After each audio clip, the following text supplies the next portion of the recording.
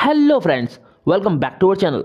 तो ये एपिसोड वहीं से स्टार्ट होता है जहां हमने देखा था कि जियान चैन केओटिक माउंटेन्स में बीस्ट को हंट कर रहा था ताकि उनके ब्लड एसेंस और बॉडी पार्ट्स को मार्केट में बेचकर मिलिट्री मेरिट पॉइंट्स अर्न कर सके, क्योंकि मार्शल आर्ट कंपटीशन जल्द ही शुरू होने वाले थे। लेकिन उसमें पार्टिसिपेट करने के लिए किसी भी इंसान को सल लेवल का सेगमेंट चाहिए होता है, लेकिन अभी वो सिर्फ मून लेवल का ही सेगमेंट ले सकता था क्योंकि उसके पास अभी उतने मिलिट्री मेरिट पॉइंट्स नहीं थे कि वो सल लेवल का सेगमेंट ले सके। लेकिन जैसे ही वो पैकअप करके यहाँ से जाने लगता है कि तभी वहां पर कुछ लोगों के आने की आहट सुनाई देती है और जियान चैन भी उन्हें आते हुए सुन लेता है। लेकिन देखने के बाद हमें पता चलता है कि जियान चैन के पूर्व एग्जामिनर कमांडर येन हाओ होते हैं, जो अपने सैनिकों के साथ बीस्ट हंट पर निकले थे। आगे बढ़ते हुए अचानक से एक सैनिक रुक जाता है और कमांडर येन हाओ को सामने देखने के लिए कहता है। हम देखते हैं कि उनके सामने जियान चैन खड़ा होता है, जिसे देखकर वो खुश हो जाते हैं और कहते हैं कि मुझे नहीं लगा था कि मेरी मुलाकात तुमसे यहाँ हो जाएगी, क्या तुम्हें मैं याद हूँ? जिस पर जियान चैन कहता है, ऑफ कोर्स कमांडर येन हाओ। तभी कमांडर येन हाओ के सैनिक उन्हें आसपास का नजारा देखने के लिए कहते हैं, क्योंकि आसपास कई सारे डीमन बीस्ट की बॉडीज पड़ी हुई थी जो कि लगभग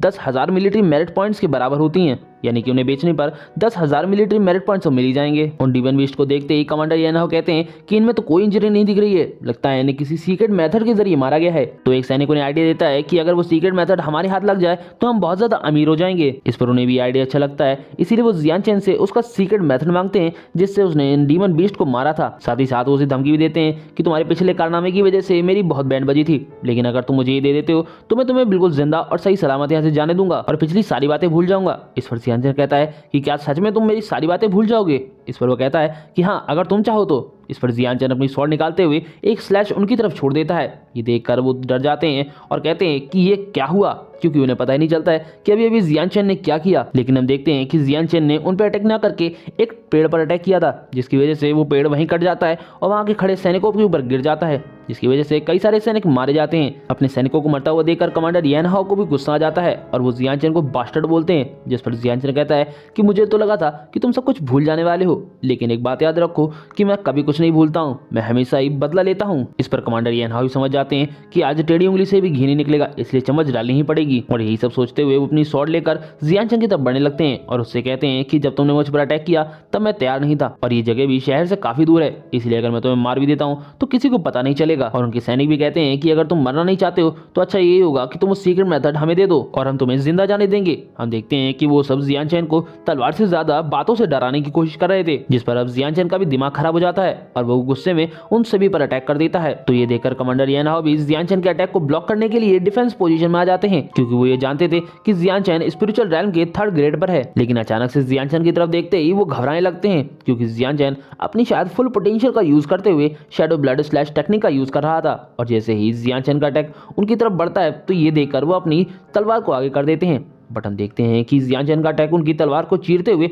उनको भी चीर जाता है और हम देखते हैं कि वो जमीन पर धड़ाम से गिर जाते हैं, जिसकी वजह से वहां एक धमाका होता है। और जैसे ही धुआं हटता है तो सैनिक ये देखकर समझ नहीं पाते हैं कि उन्हें अपनी आंखों पर बिलीव करना भी चाहिए या नहीं, क्योंकि जियान चैन के सिर्फ एक ही अटैक से कमांडर येन हाओ के 2 टुकड़े हो चुके थे और वो जियान चैन के एक अटैक तक को ब्लॉक नहीं कर पाए। ये देखकर सभी लोग मॉन्स्टर मॉन्स्टर चिल्लाते हुए वहां से भागने लगते हैं, जिस पर हमारा जियान चैन भी उन्हें एस्केप नहीं करने देता है और उन पर अपनी शैडो ब्लड स्लैश की एक टेक्निक का यूज करते हुए उन पर अटैक कर देता है, जिसकी वजह से वो एक ही बार में सबके सब खत्म हो जाते हैं। जिसके बाद जियान चैन अपनी स्वॉर्ड को वापस रखते हुए कहता है कि जो भी मारने आएगा वो मारा जाएगा। जिसके बाद ये सीन कट करके हमें सीधे ब्लू फायर आर्मी कैंप में दिखाया जाता है, जहां हम एक जगह कुछ लोगों को देखते हैं जो कि डीमन बीस्ट हंटिंग मिशन को लेने के लिए आए थे। लेकिन वो लोग देखकर हैरान हो जाते हैं कि वहां के सारे डीमन बीस्ट हंटिंग मिशंस पहले ही ले लिए गए हैं। इस पर एक आदमी कहता है कि हो सकता है मिलिट्री के कुछ स्ट्रॉन्ग वॉरियर्स साथ मिलकर ये सारी मिशंस कंप्लीट कर रहे हो ताकि वो मिलिट्री मेरिट पॉइंट्स को अर्न कर सकें। जिस पर दूसरा आदमी भी हाँ कहता है, क्योंकि वो भी ये नहीं मानना चाहता था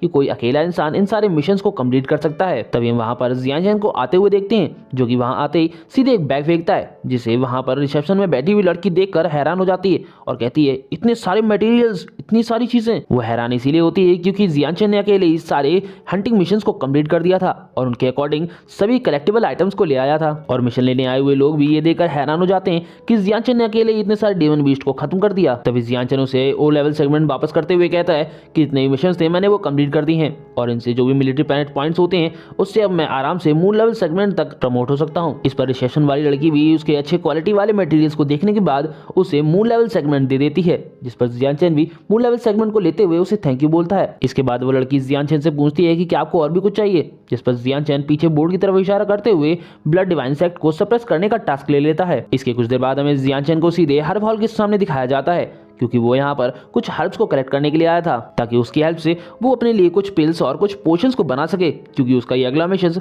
बहुत ही ज्यादा डेंजरस हो सकता था। इसीलिए वो पिल्स और पोशंस की हेल्प से अपनी स्ट्रेंथ को बढ़ाना चाहता था। अब जैसे ही जियान चैन हर्ब हॉल में एंटर करता है तो एक गार्ड उसे पहचान जाता है कि ये तो मिस्टर लिंग जियान चैन है। इसीलिए वो उसे रिस्पेक्ट देते हुए उसके आने की वजह पूछता है, जिस पर जियान चैन उसे एक लिस्ट देते हुए उन सभी हर्ब्स को प्रिपेयर करने के लिए बोलता है और कहता है कि जब ये तैयार हो जाए तब तुम मुझे बता देना। जिसके बाद जियान चैन हर्ब हॉल में घूमने के लिए अंदर चला जाता है। तभी एक सर्वेंट लिस्ट लेने वाले उस सर्वेंट से पूछता है कि आखिर ये लड़का किस बड़ी फैमिली से है जो मैंने इसे पहले नहीं देखा। इस पर वो उसे धीरे बोलने को कहते हुए उसे बताता है कि बड़ी फैमिली के बच्चे भी इनके सामने कंपेरेबल नहीं है। इसके साथ ही वो उसे बताता है कि लास्ट टाइम इन्होंने ही फर्स्ट फ्लोर के हर्ब हॉल को डिस्ट्रॉय कर दिया था, उसके बावजूद भी यहाँ से सेफली चले गए थे और हमारे लीडर ने भी इनके आने पर इन्हें स्पेशली ट्रेड करने के लिए कहा है। इधर हम जियान चैन को भी देखते हैं जो कि चलते चलते अचानक रुक जाता है और उसे सामने साइड क्यान ड्रैगन वुड दिखाई देती है। ये देखकर वो सोचने लगता है कि जब मैं प्रीवियस लाइफ में डिवाइन रेल में था तब मैं 5 एलिमेंट ट्रेजर बना रहा था, लेकिन 10,000 सालों तक ढूंढने के बाद भी मुझे वुड नहीं मिली थी, तो फिर ये वैल्यूएबल मटेरियल अब मॉर्टल वर्ल्ड में क्या कर रहा है। इसलिए वो तुरंत ही वहां पर खड़े एक सर्वेंट से उस क्यान ड्रैगन वुड की प्राइस पूछते हुए उसे खरीदने की बात करता है, जिस पर वो सर्वेंट भी उसे वो वुड देते हुए उसकी प्राइस 1 लाख गोल्ड कॉइन बताता है। इस पर जियान चैन उसे तुरंत खरीद लेता है, लेकिन तभी वहां पर एक लड़का आ जाता है जो उस सर्वेंट को इस वुड के लिए 2 लाख गोल्ड कॉइन्स ऑफर करता है। तो जियान चैन उससे कहता है कि बच्चे तुम लेट हो चुके हो, ये मैंने पहले ही खरीद लिया। और वो सर्वेंट भी उसे माफी मांगते हुए कहता है कि आप चाहे तो कुछ और ले सकते हैं, लेकिन वो लड़का मानने वाला नहीं था। इसीलिए वो अपने कपड़ों में हाथ डालता है और अपने पास से कॉइन्स की थैली निकालते हुए जियान चैन के सामने फेंक देता है और उससे कहता है कि सफेदी की चमकारी ये रहे 2 लाख गोल्ड कॉइन्स, इससे तुम्हारा भाग्य बन जाएगा, अब चुपचाप वो लकड़ी मुझे दे दो। जिस पर जियान चैन उसे साफ साफ मना करते हुए उसे 2 फुट दूर रहने के लिए कहता है। इस पर उस लड़के की बहुत बुरी तरीके से जल जाती है और वो जियान चैन पर चिल्लाते हुए कहता है कि अगर तुम भयानक मौत नहीं मरना चाहते हो तो वो वुड मुझे दे दो। तुम्हें शायद पता नहीं है कि मेरा भाई ये विग जुई ब्लू फायर आर्मी के मून लेवल सेगमेंट में सेकंड बेस्ट है। इस पर जियान चैन उससे कहता है कि इडियट, तुमने ये बोलकर बहुत बड़ी गलती कर दी। अब जियान चैन बार बार उसकी इज्जत की फजीयत कर रहा था, इसीलिए जियान चैन को मारने के लिए वो उस पर अटैक कर देता है, लेकिन जियान चैन बिना उसकी तरफ देखे ही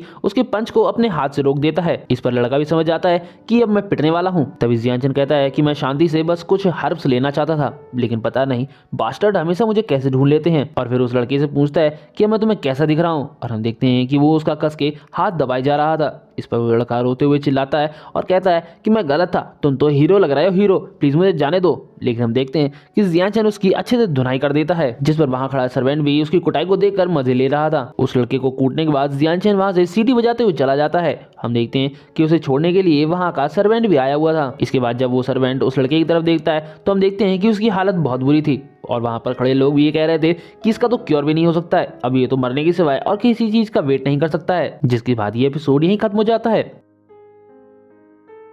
एपिसोड 37 की स्टार्टिंग में हम देखते हैं कि जियान चैन एक पहाड़ी पर बैठकर कल्टीवेट कर रहा है। तभी वो अपनी आंखें खोलता है और हम देखते हैं कि वो एक ब्रेक थ्रू करने वाला था, जिसकी वजह से उसके आसपास बहुत ही ज्यादा इंटेंस ऑरा आ जाता है और ये ऑरा काफी दूर तक जा रहा था, यानी कि उसके अंदर से निकलने वाला ऑरा वेव्स के रूप में काफी दूर तक फैल रहा था। जिसके तुरंत बाद वो अपनी एनर्जी को कंट्रोल करते हुए अपने ब्रेक थ्रू को कंप्लीट कर लेता है। अगले लेवल पर ब्रेक थ्रू करने के लिए जियान चैन ने वर्चुअल स्पिरिट डैन पिल्स का पूरा बैच ही स्वेलो कर लिया था, जिसकी वजह से वो सिर्फ एक ही दिन में स्पिरिचुअल रैल्म के 4th ग्रेड को ब्रेक थ्रू करने में कामयाब रहा। अब ब्रेक थ्रू करने के बाद जियान चैन ब्लड डिवाइन सेक्ट को सप्रेस करने वाले मिशन पर चला जाता है। फिर अगले सीन में हमें इस समुद्र में एक जहाज को दिखाया जाता है जिसके कैप्टन का नाम एलवी मैंग होता है, जिसे हम कमांडर मैंग कहेंगे। कमांडर मैंग वहां आए सभी लोगों को बताते हैं कि ब्लड डिवाइन सेक्ट के दरिंदों को खत्म करने के लिए हम स्कल आइलैंड पर जा रहे हैं, जहां आपके पास मिलिट्री मेरिट पॉइंट अर्न करने का एक अच्छी अपॉर्चुनिटी होगी। स्पिरिचुअल रैल्म के 1st ग्रेड वाले दरिंदे को मारने पर 100 मिलिट्री मेरिट पॉइंट्स मिलेंगे और 2nd ग्रेड वाले को मारने पर 200 मिलिट्री मेरिट पॉइंट्स मिलेंगे। जिसके बाद वो लंबे चौड़े भाषण देने लगते हैं। उनके भाषणों को सुनने के बाद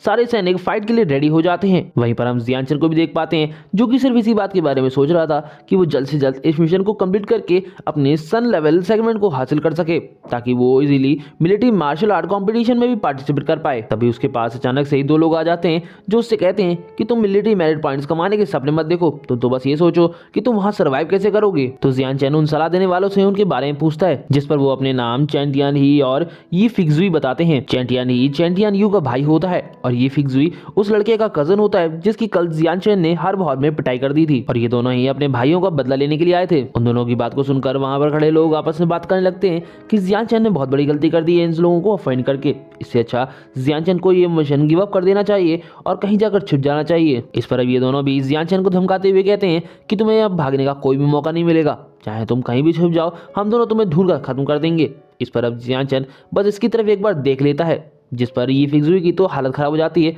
और वो पसीना पसीना हो जाता है। इस पर अब जियान चैन इन दोनों को धमकी देते हुए कहता है कि तुम दोनों मुझे मारना चाहते थे, लेकिन अब तुम मेरे हाथों से मरने का इंतजार करो। जिसके बाद वो ज्यादा बारिश होने की वजह से जहाज के अंदर चला जाता है। उसके वहां से जाते ही फिक्सुई नाक से कोड़ते हुए कहता है कि मैं तुम्हें छोड़ूंगा नहीं, मैं तुम्हें ढूंढ कर बहुत बुरी मौत दूंगा। इस पर अब चैंटियान ही उसे शांत करते हुए बताता है कि हम कमांडर मैंग को स्पेशल वाला मिठाई का डिब्बा दे देंगे, जिसके बाद वो हमें जियान चैन की लोकेशन बता देंगे, इसीलिए तुम ज्यादा लोड मत लो, आज तो जियान चैन किसी भी हालत में मर के ही रहेगा। इसके कुछ देर बाद हमें स्कल आइलैंड को दिखाया जाता है, जहां पर जियान चैन ब्लड डिवाइन सेक्ट के लोगों से फाइट कर रहा था और एक एक करके वो लगातार सभी को मारता जा रहा था। और फिर उस एरिया के सभी लोगों को मारने के बाद वो ये देखता है कि वहां पर लोगों का मीट पकाया जा रहा था, यानी कि ब्लड डिवाइन सेक्ट के लोग कोई इंसान नहीं बीस्ट थे, क्योंकि वो जिंदा इंसानों को ही पका रहे थे, इसीलिए लोग इन्हें दरिंदा भी कहते हैं।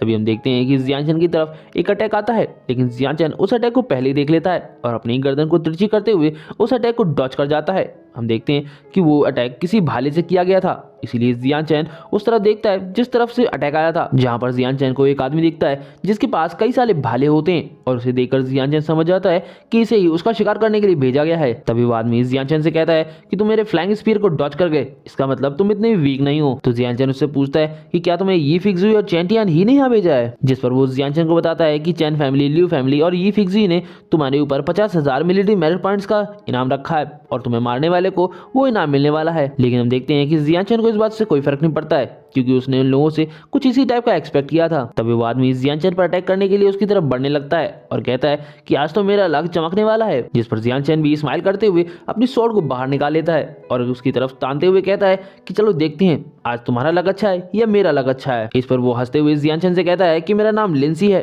और लोग मुझे फ्लाइंग स्पीयर एक्सपर्ट कहते हैं और तुम्हें ये लगता है कि मैं तुम्हें नहीं मार पाऊंगा। उसकी बात को सुनकर जियान चैन अपनी स्वॉर्ड को वहीं जमीन पर गाड़ देता है और उससे फिंगर दिखाते हुए कहता है कि अच्छा बेटा आजा, मैं तुझे एक चांस देता हूँ, मैं हथियार नहीं उठाऊंगा, तू मुझ पर अटैक करके दिखा।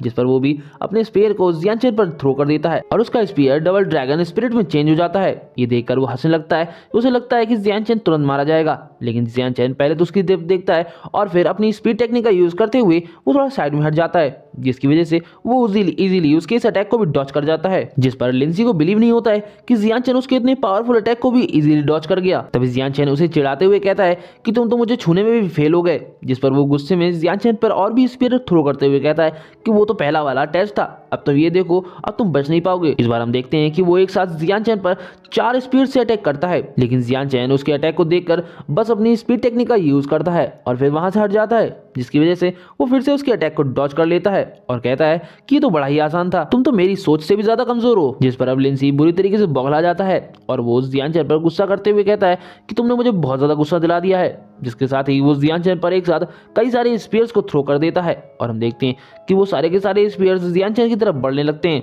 ये देखकर जियान चैन अपनी शैडो ब्लड किल स्लैश का यूज करने का डिसाइड करता है, लेकिन वो डॉच भी करने का डिसाइड करता है। जिसके साथ ही ये एपिसोड यहीं खत्म हो जाता है। वीडियो पसंद आई हो तो लाइक शेयर कमेंट करना ना भूलें। Thanks for watching.